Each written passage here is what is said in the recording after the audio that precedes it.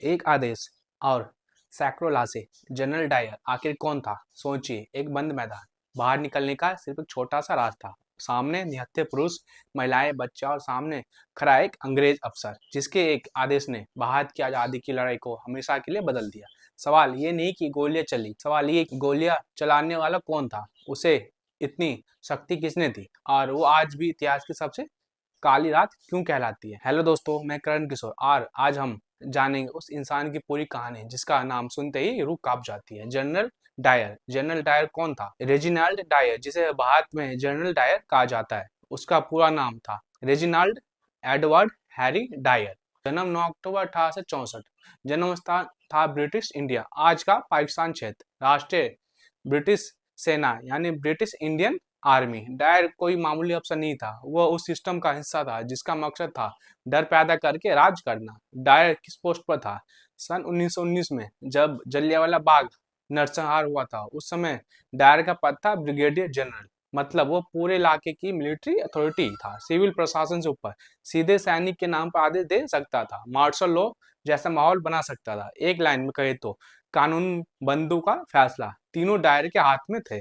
Dyer के पास सैकड़ों प्रशिक्षित सैनिक, आधुनिक राइफलें, बिना वारंट गोली चलाने की छूट, एम्पायर की रक्षा के नाम पर क्रूरता की खुली छूट। ब्रिटिश सरकार का साफ संदेश था, अगर भारत डर गया तो राज चलता रहेगा। और डायर इसी सोच का सबसे खतरनाक चेहरा था। जलियांवाला बाग हत्याकांड से पहले डायर कहाँ पोस्ट था? सन 1919 से पहले डायर पंजाब रीजन में सैन्य जिम्मेदारियों पर था। फर्स्ट वर्ल्ड वार में भी काम कर चुका था। उसे हार्ड डिसिप्लिनर माना जाता था। ब्रिटिश अफसर कहते थे Dyer know how to crush rebellion, यानी वह विद्रोह को कुचलने में माहिर था। 1919 का भारत माहौल कैसा था?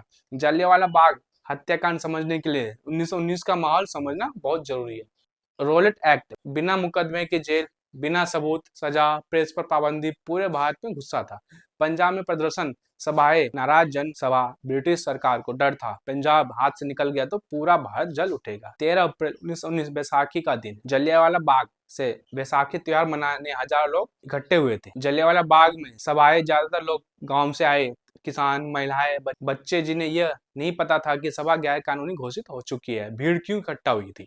ब्रिटिश दावा, यह बगावत थी, हकीकत शांतिपूर्ण सभा। रोलेट एक्ट का विरोध, नेताओं की गिरफ्तारी के खिलाफ आवाज, कोई हथियार नहीं, कोई बिना चेतावनी भीड़ को हटाने का आदेश, सीधे गोली चलाने का फैसला दिया गया। उसका जवाब बाद में आया, wanted to make moral effect, यानी डर का सबक सिखाना।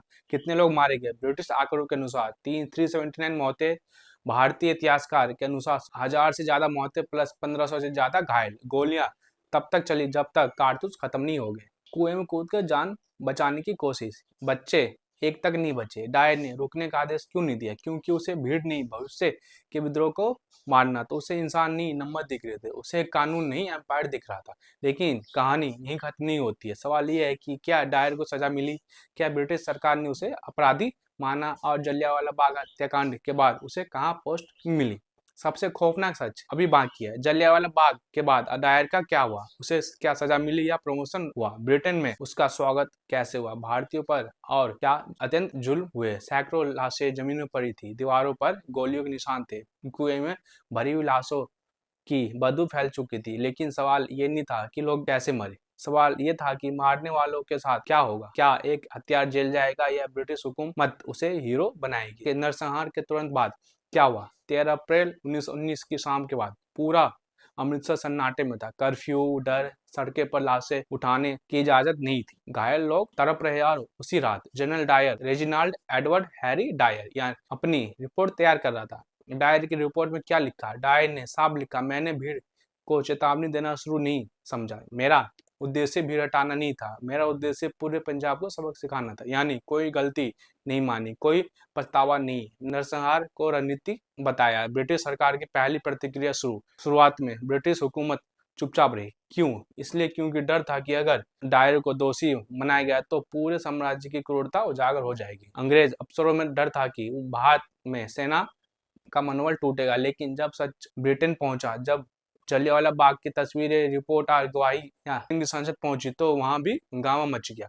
हाउस ऑफ कॉमन में बहस, कुछ सांसद बोले यह हत्या है, कुछ बोले डायर ने साम्राज्य बचाया। हंटर कमीशन क्या थी? ब्रिटिश सरकार ने दबाव में आकर एक जांच आयोग बनाया। हंटर कमीशन का काम जलियांवाला बाग की जांच, डायर की भूमिका तय करना, लेकिन ध्यान रखिए यह आयोग ब्रिटिश सरकार का था, भारतीयों का नहीं। हंटर कमीशन का फैसला आयोग ने माना कि डायर ने गलत फैसला लिया, जरूरत से ज्यादा गोलियां चलाई, लेकिन क्या उसे हत्या का दोषी बनाया गया? क्या जेल हुई? नहीं। क्या कोर्ट मार्शल? नहीं। फिर भी उस डायर के साथ क्या हुआ? सबसे चौंकाने वाली बात, डायर को सेना ने रिटायर कर दिया और कोई जेल नहीं हुआ, कोई सजा नहीं हुई, यानी सैकड़ों मौतों के बदले रिटायरमेंट। ब्रिटेन में डायर को इनाम। यह सुनकर आप हैरान रह जाएंगे। ब्रिटेन में डायर को एम्पायर सेवर कहा गया। उसके लिए फंड इकट्ठा किया गया, हजारों पाउंड दिए गए। अखबार ने लिखा, Dyer saved Indian for the empire. Bharat में गुस्सा क्यों फूटा? भारत में गुस्सा इसलिए फूटा क्योंकि यही आजादी की आग थी। यहीं से महात्मा गांधी ने असहयोग आंदोलन तेज किया। लोग समझ गए ब्रिटिश न्याय एक धोखा है। अब बात करते हैं कि जलियांवाला बाग के बाद डायर की पोस्टिंग कहाँ हुई। भारत में कोई नई पोस्टिंग नहीं, ब्रिटेन भेज दिया गया। वहीं रहकर उसने अपने फैसले की आखिरी सांस तक सही ठहराया। उसने कहा, अगर मौका एक आदमी जिसने सैकड़ों निर्दोषों पर गोलियां चलाई, वो बिना जेल गए, बिना सजा मरे। लेकिन सवाल यह है कि क्या इतिहास कभी माफ करेगा? और क्या जलियांवाला बाग के खून का कभी बदला लिया गया? जलियांवाला बाग हत्याकांड के बाद डायर की जिंदगी नरसंहार के बाद रेजिनाल्ड एडवर्ड हैरी डायर को भारत से हटा दिया गया, ब्रिटेन भेजा गया, सेना से रिटायर, कोई मुकदमा नहीं, कोई जेल नहीं।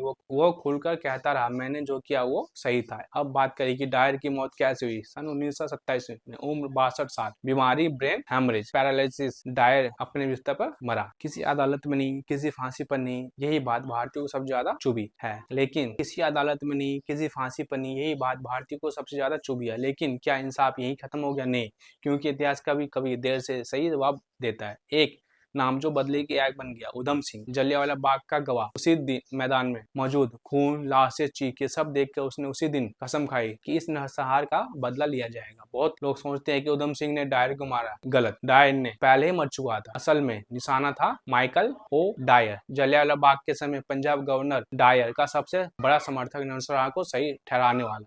13 मार्च 1940 लंदन जगह कैक्सटोन हैल लंदन। भीड़ में एक शांत आदमी, जेब में पिस्तौल, अचानक डायर को गोलियां मार दी गई। वो आदमी था उधम सिंह। कोर्ट में उधम सिंह का जवाब था, जब अदालत में पूछा गया, तुमने ये क्यों किया? उसने, मेरे देश के लोगों को मरवाया, मैंने बदला लिया। क्या उधम सिंह भागा? नहीं, उसने भागने की कोशिश नहीं की। उसने भागने की कोशिश नहीं की। उसने अपना नाम नहीं बदला। उसने गर्व से कहा, I did it for my country. Udham Singh की शहादत। सजा फांसी, तारीख 31 जुलाई 1940। भारत ने एक सच्चा बदला देगा। डायर भले बच गया, लेकिन उसने सिस्टम को जवाब मिल गया। जलियांवाला बाग का भारत पर असर, नरसंहार के बाद अंग्रेजी शासन ने भरोसा टूटा, लेकिन उसके सिस्टम को जवाब मिल गया। जलियांवाला बाग का भारत पर असर, इस नरसंहार के बाद अंग्रेजी शासन से भरोसा टूटा, आजादी की लड़ाई तेज हुई। लोग समझ गए ये राज इंसाफ नहीं, डर से चलता है। आज जलियांवाला बाग क्या है? जलियांवाला बाग आज जहाँ अमर ज्योति है, दीवार पर गोलियों के निशान है, वो जहाँ लोग कूदे थे, यह सिर्फ स्मारक नहीं है, यह सबूत है। सबसे बड़ा सवाल आज के लिए, जलियांवाला बाग सिर्फ इतिहास है, पंजाब भी यह सबूत है। सबसे बड़ा सवाल आज के लिए, क्या जलियांवाला बाग सिर्फ इतिहास है, या जब भी सत्ता जवाब दे नहीं होगी तब जलियांवाला बाग दोहरा या जाएगा? डायर मर गया, लेकिन उसका सोच अभी भी जिंदा है। सवाल ये नहीं कि 1919 में क्या हुआ, सवाल ये है कि हमने उससे क्या सीखा। अगर नहीं तो इतिहास फिर दोहराया जाएगा। अगर आपको लगता है कि सच जानना जरूरी है तो वीडियो को शेयर करें, कमेंट में लिखिए जलियांवाला बाग हमें क्या सिखाता है। धन्यवाद।